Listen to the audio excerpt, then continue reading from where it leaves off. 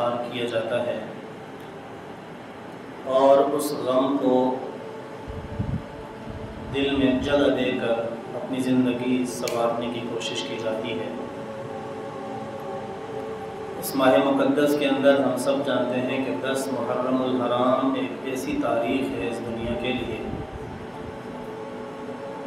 جب تک اس دنیا میں انسان آ رہے ہیں ان تمام انسانوں کے لیے 10 محرم کا دن بہت ہی دکھ بھرا اور افسردہ اپنے اندر تاریخ اور اپنے اندر کا وہ لمحہ وہ وقت سما کر رکھا ہوا ہے۔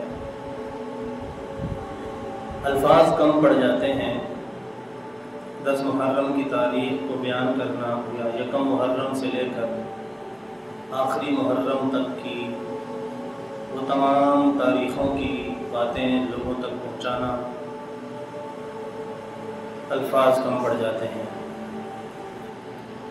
ہم سب جانتے ہیں کہ کلمے کی بقا، دین کی بقا مولا حسین پاک سلام اللہ علیہ آپ ہی کی توسل و آپ ہی کے ساتھیوں نے قربانیاں دیں، حضور جان کائنات کے گھرانے نے قربانی دی۔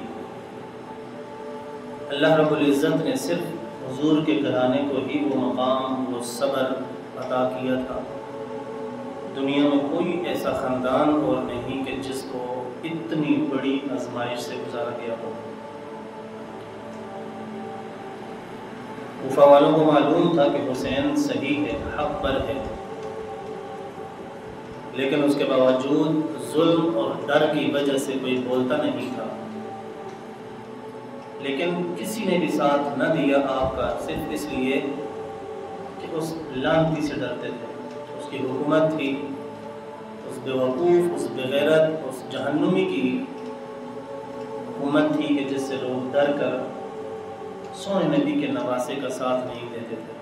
اور آج تک وہ جراثیم لوگوں میں موجود ہیں کہ جب بھی مولا حسین پاک یا مولا حسن پاک یا حضور کے گھرانے کا کہیں پر بھی نام لیا جائے، ان کی تذکرے، ان کی سیرت کا عنوان چھیڑا جائے تو لوگوں کو تکلیف ہوتی ہے۔